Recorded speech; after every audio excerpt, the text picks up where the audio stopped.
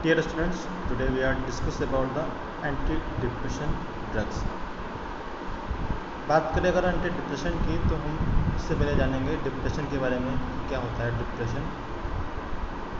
It is a mental illness characterised by pathological changes in mood, loss of interest और pleasure, feelings of curt और low self और distributed sleep और appetite, low energy and can poor concentration. ये सारी ही problems जो हैं वो आपके डिप्रेशन में आती है.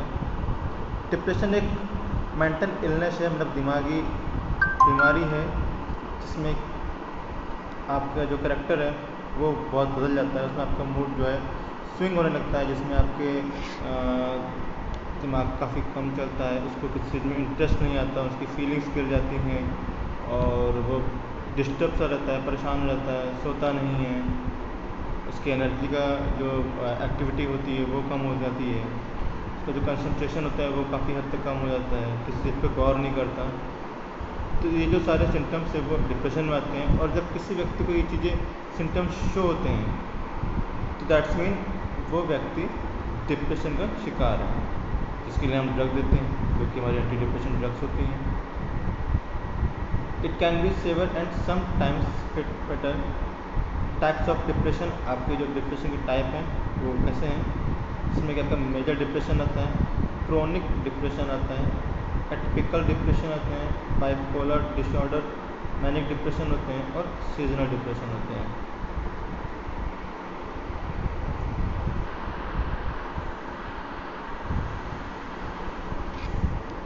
बात करें एंटी डिप्रेसेंट्स ड्रग्स की, तो antidepressants are medication use to treat major depressive disorders, some anxiety disorders, some chronic pain conditions and to help manage some addictions. Anti depressant जो ड्रग्स है आपकी वो आपका यूज़ की जाती है मेजर डिप्रेशन में. आपको जो अगर मेजर डिप्रेशन डिसऑर्डर है तो उसमें यूज़ करते हैं.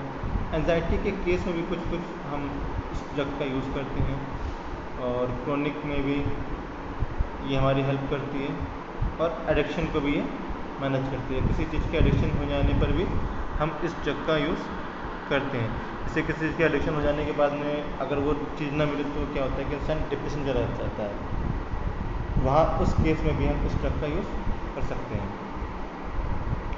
Common side effect of anti depressants include dry mouth, weight gain, dizziness, headache, sexual dysfunctions and emotional blunting.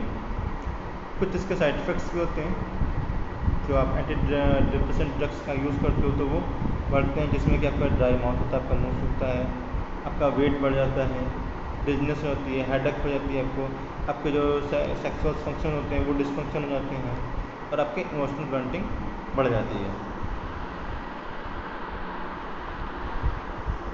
बात करें एंटी डिप्रेसेंट्स के मैकेनिज्म की, तो drug which enhance alertness and may result it an increased output of behaviour. इस drug का use करने पर क्या करता है, जो आपके अल्टरनेस जो आपकी एक्टिविटी है, आपकी जो अलर्टनेस है वो जो ख़त्म हो चुकी होती है उसको बढ़ाता है.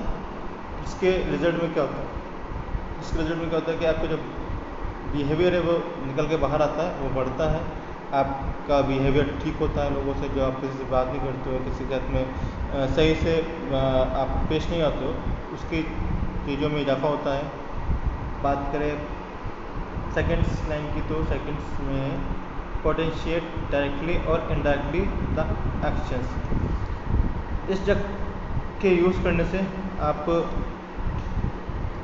डायरेक्टली एंड डायरेक्टली आप एक्टिविटी जो आपके जो एक्शन है, जो काम के प्रति काम करने की जो क्षमता है वो बढ़ जाती है. आप पोटेंशियली एक्टिवेट हो जाते हो किसी भी काम के लिए. The purpose of anti depressants is to increase the neurotransmitters in the synapses. इसका जो मेन पर्पस है वो क्या है, आपके जब मैं मैकेनिज्म बताऊंगा तब आपको ज़्यादा समझ में आएगा. आपके जो स्नैप्सेस, जो आपके सिनेप्टिक नर्व्स हैं, उस सिनेप्टिक नर्व्स में जो न्यूरोट्रांसमीटर होते हैं उसको ये बढ़ाता है. एक्चुअली जो हमारी जो प्रॉब्लम है वो यहीं पर आती है. They are used for the relief of symptoms of moderate and severe depressions. इसका यूज़ हम करते हैं मॉडरेट और डिप्रेशन में रिलीफ के लिए करते हैं इसका, ये हमारी इसमें मोस्ट इम्पोर्टेंट यूज़ होती है। Antidepressants are taken for at least 4 to 6 month. इस ड्रग का यूज़ है वो कम से कम 4 से 6 महीने तक लेते हैं।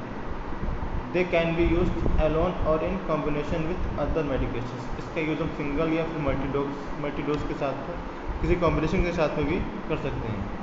बात करें इसके मैकेनिज़्म की, तो इसके मैकेनिज़्म में क्या है कि इसके एक सिनेप्टिक नर्व्स हैं जो कि पोस्ट सिनेप्टिक नर्व्स के साथ में जुड़ती है और बीच में आपकी सिनेप्टिक क्लेफ्ट होती है।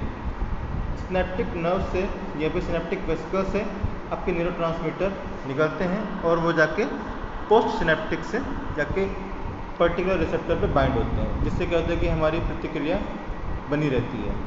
बट जब यही सिनेप्टिक वेसिकल से आपके न्यूरोट्रांसमीटर निकलना बंद हो जाए या फिर निकले बट वो अपने पर्टिकुलर रिसेप्टर तक जाके बाइंड ना हो और रीअपटेक हो जाए, मतलब कि वापस हो जाए, उस कंडीशन में क्या होगा कि आपकी एक्टिविटी और अलर्टनेस कम हो जाएगी, जो कि एक मानक है या फिर एक आप कह सकते हो कि डिसीज़ है डिप्रेशन की।